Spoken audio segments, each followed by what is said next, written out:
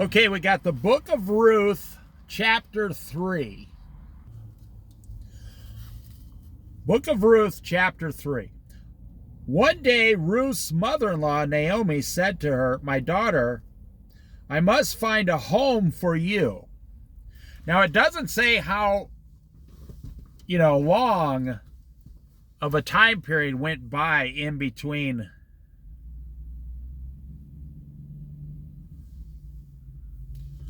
where she met Boaz, we just studied, and she was gleaning in the field with the other female workers of Boaz's.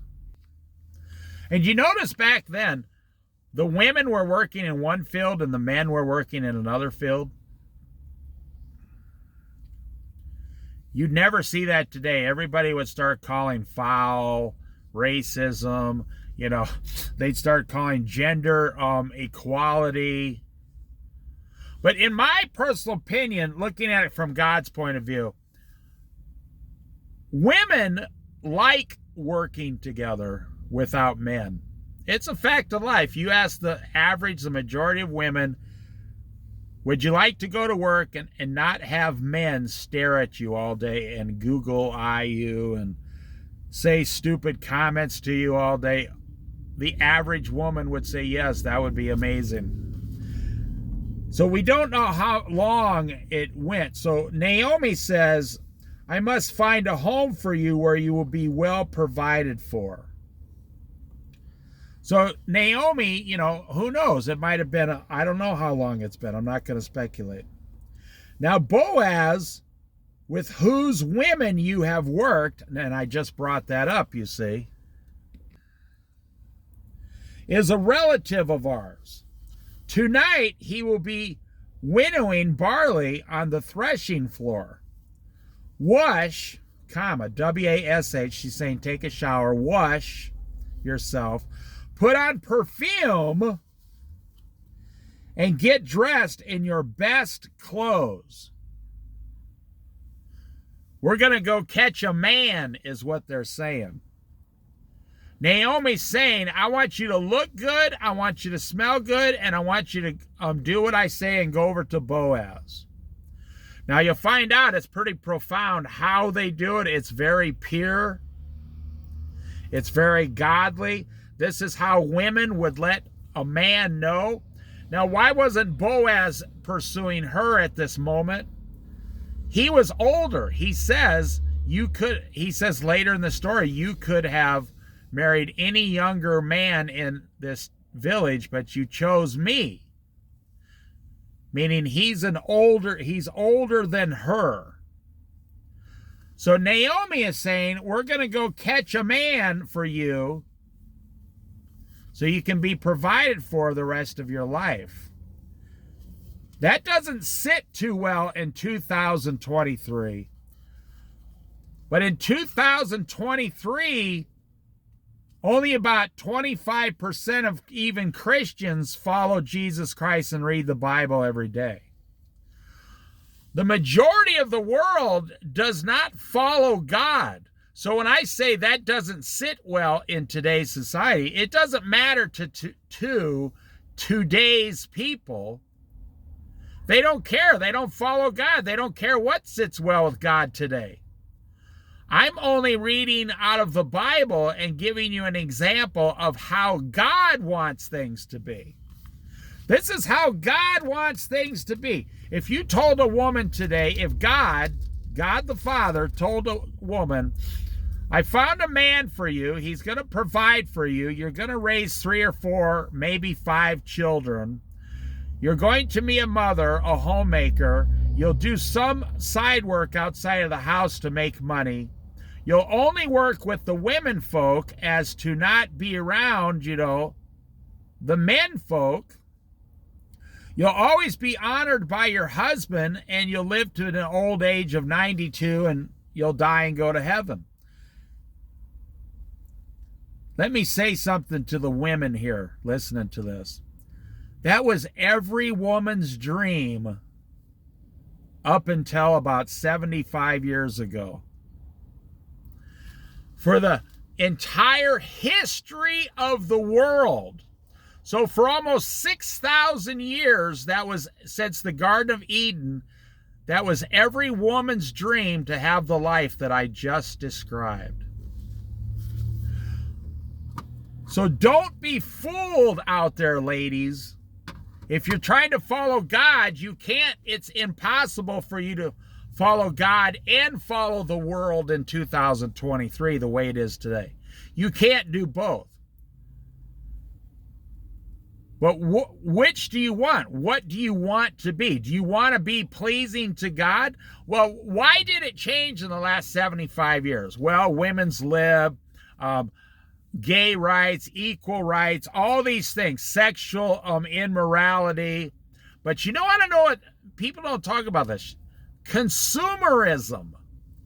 Consumerism has destroyed the modern female. Because if you take the modern man or woman and put them in a $60,000 vehicle, they get a $4 coffee every day. They got a classic car in their garage. They got a boat in the backyard. They got a trailer next to, whatever. They go camping. I mean, if you can make $60,000 a year in today's society, you are spoiled beyond belief. But that's not God's plan for the woman. That's not God's plan for the man. That is the world's plan today. And I'll tell you what, that's the world's plan to break up God's plan. The devil comes to kill, steal, and destroy. He has been the liar from the beginning. But when God was going to bless a woman 500 years ago, 1,000 years ago, 3,000 years ago, he would have gave her the things I just described, which Naomi is trying to do for Ruth now. We're going to go find you a man. Put on your best clothes, fix your hair, smile, maybe put some olive oil on your arms and your skin, and put on some perfume. Then go down to the threshing floor, but don't let him know you are there until he has finished eating and drinking. This Naomi is real clever. When is a man happiest?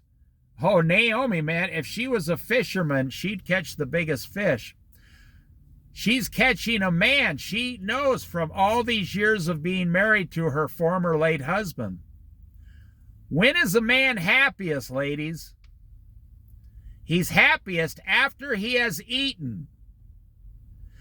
So you can take this in your house today in 2023 and forward. If you want to get something out of your husband, should you ask him right when he walks in the door and he's in his work clothes and he hasn't eaten yet? No. But that's what most women do today because we're all spoiled.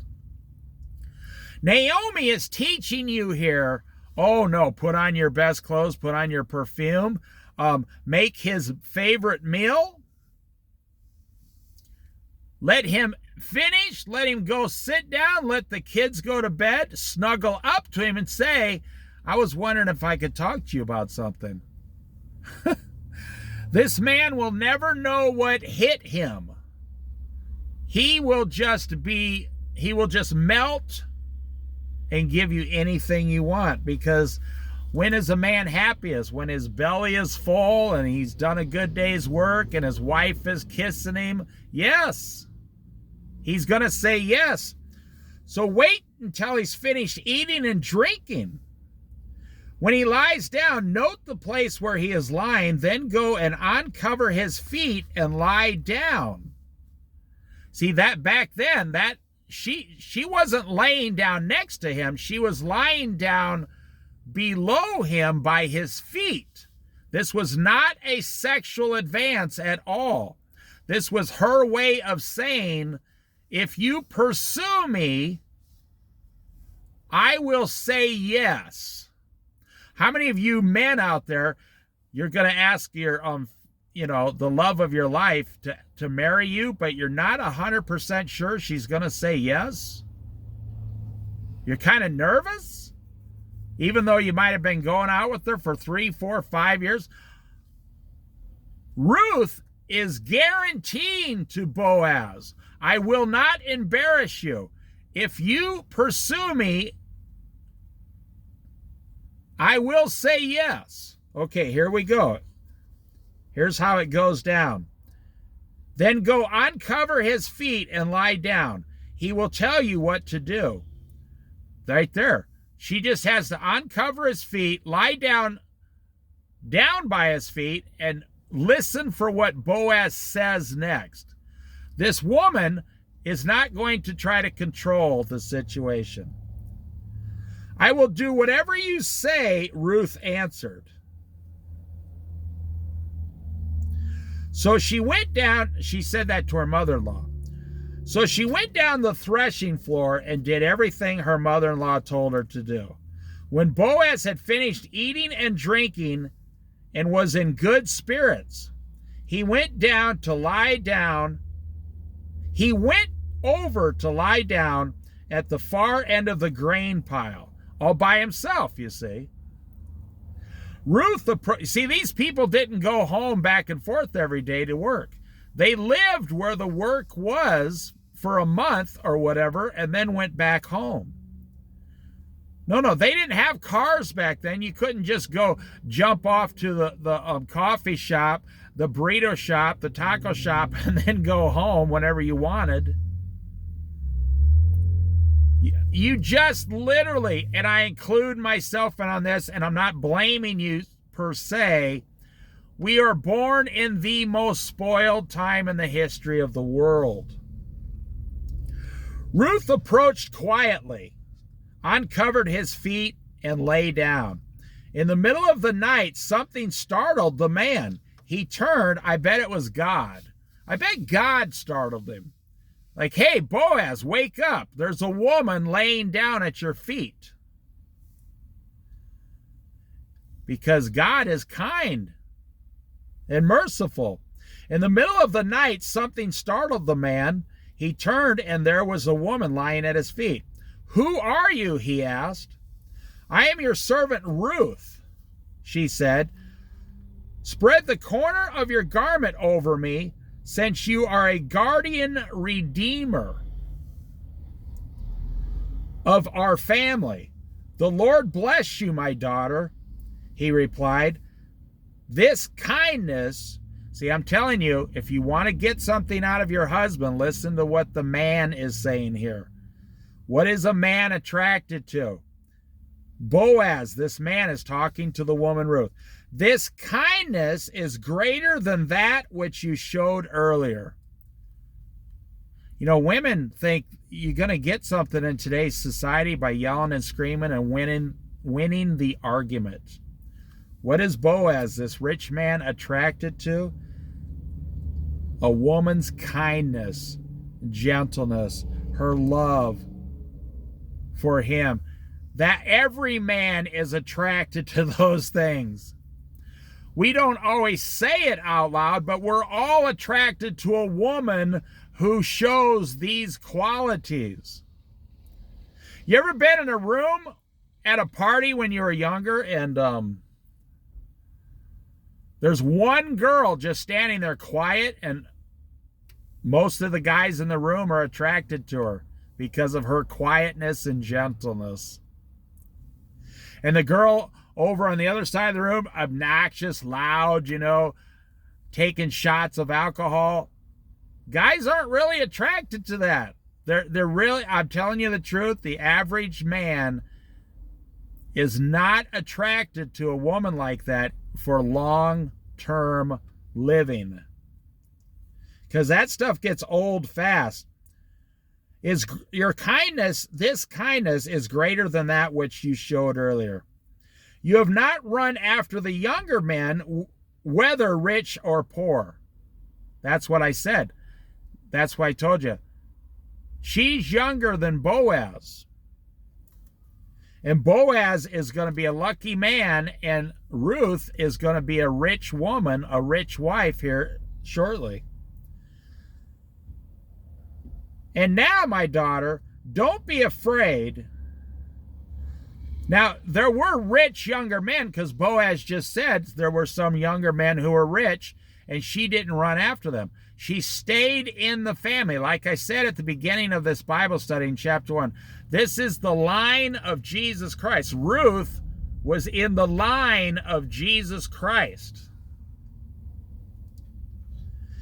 And now, my daughter, don't be afraid. I will do for you all you ask. I just said that to you. That's what you want to hear your husband today say. I love you. I will do whatever you ask. And you want to be a wife of wisdom and noble character, asking for right things for your family, yes. But most women today aren't doing that. You think I got to yell and scream and win the argument and call my divorce lawyer 4 times before I can get my husband to do anything? That's just simply not true. All the people of my town know that you are a woman of noble character. You know, she's only been there a short time, and she's already considered a woman of noble character in the entire town. Which means she's not a floozy. She's not loose. She doesn't run around. She stays at home every single night with her mother-in-law, Naomi. She does what God would want a woman to do. Now, that's funny, they use the word noble character, and then you go to Proverbs, a wife of noble character. Although it is true that I am a guardian redeemer of our family, there is another who is more closely related than I.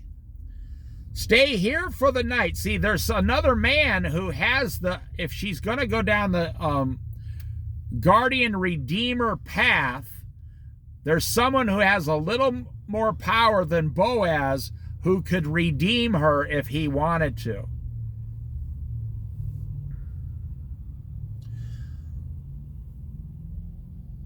Stay here for the night, and in the morning, if he wants to do his duty as your guardian redeemer, good. Let him redeem you.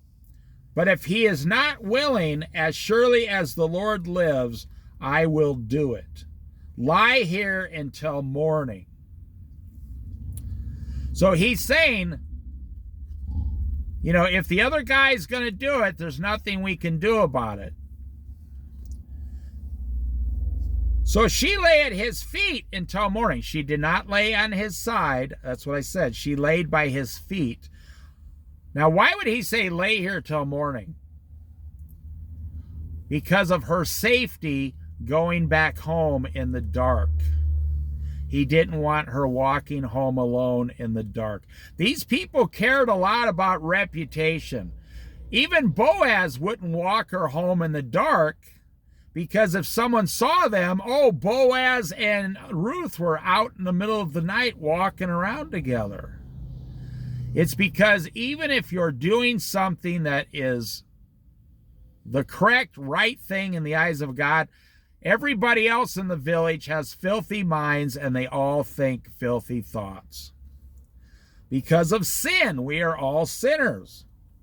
So she lay at his feet until morning, but got up before anyone could be recognized, right before dawn. And he said, no one must know that a woman came to the threshing floor. That's right, because it would ruin her reputation. He also said, bring me the shawl, S-H-A-W-L, shawl, you are wearing, and hold it out.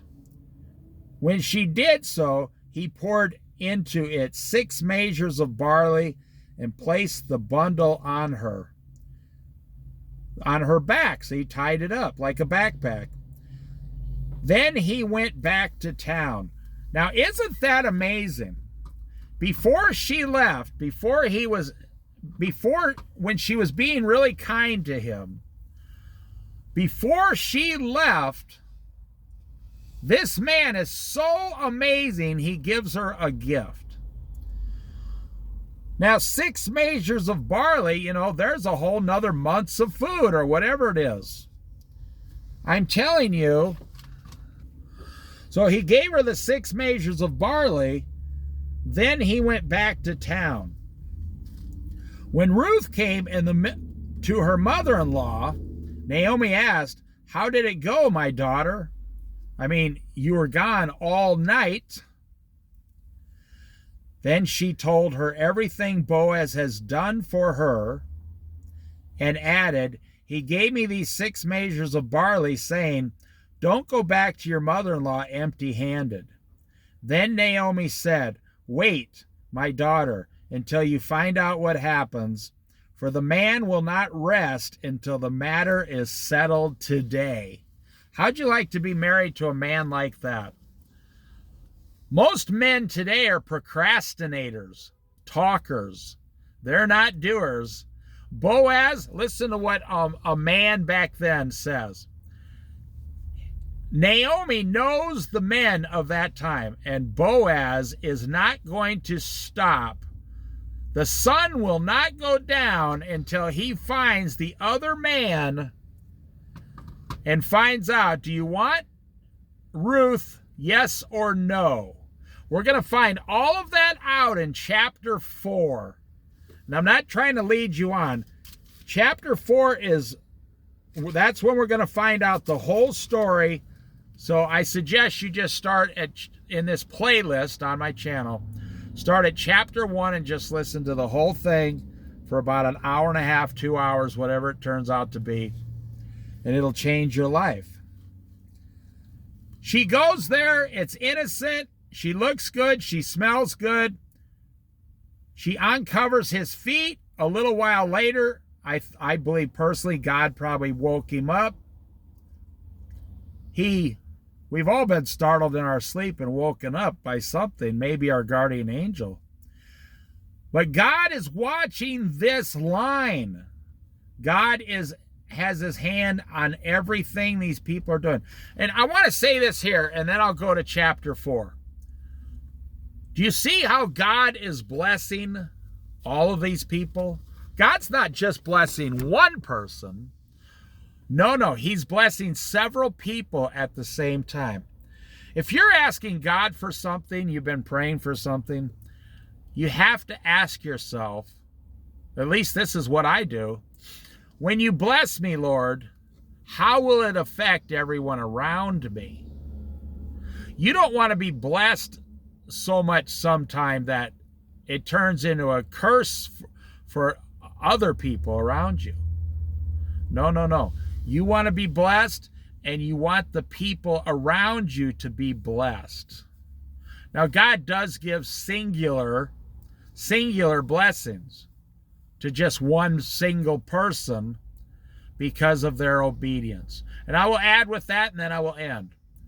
You will never be blessed by God if you are not obedient. If you're running around praying that, God gives you a $600,000 house, just stop and think about it. Or that God gives you, dear Lord, I got back from the bank and I need a better interest rate on my home loan. Do you think that's why God has you on this earth? I mean, think about what I'm saying. You see, so compare yourself as a woman to the life of Ruth. How do you as a woman measure up to the life of Ruth? Are you kind like her, gentle, slow, quiet? Pushing forward? Are you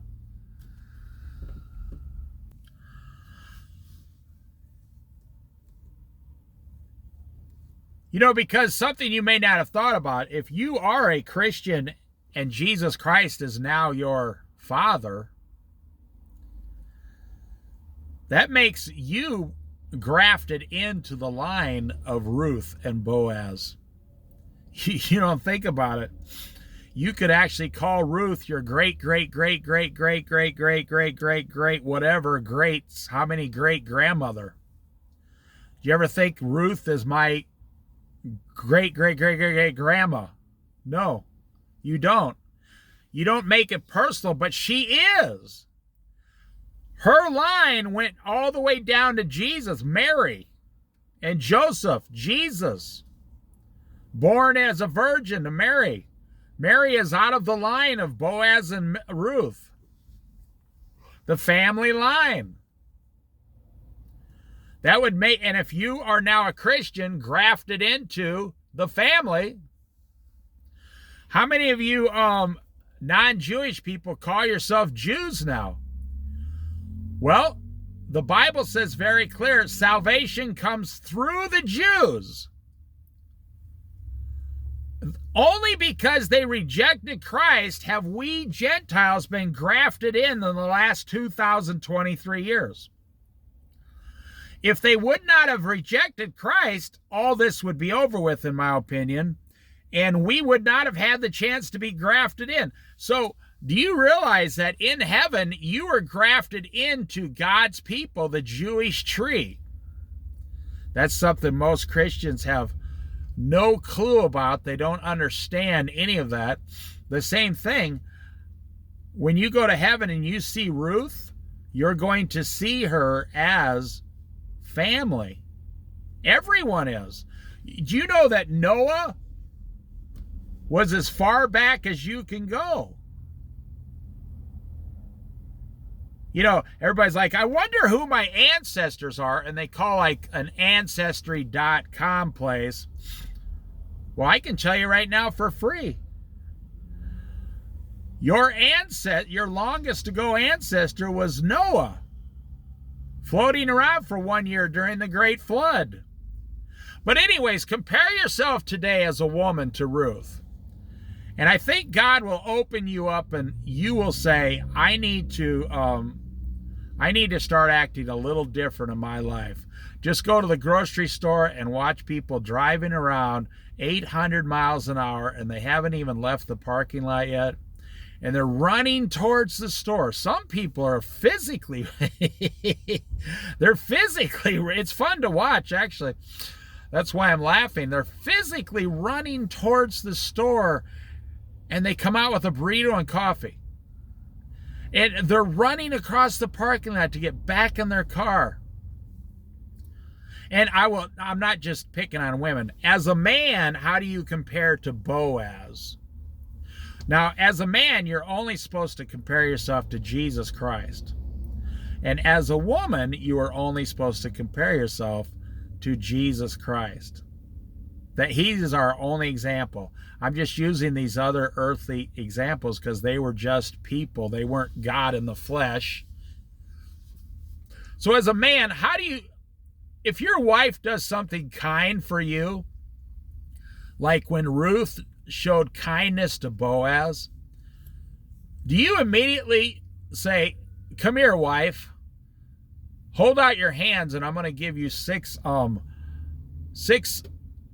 big, huge measures of barley before you leave for showing kindness to me?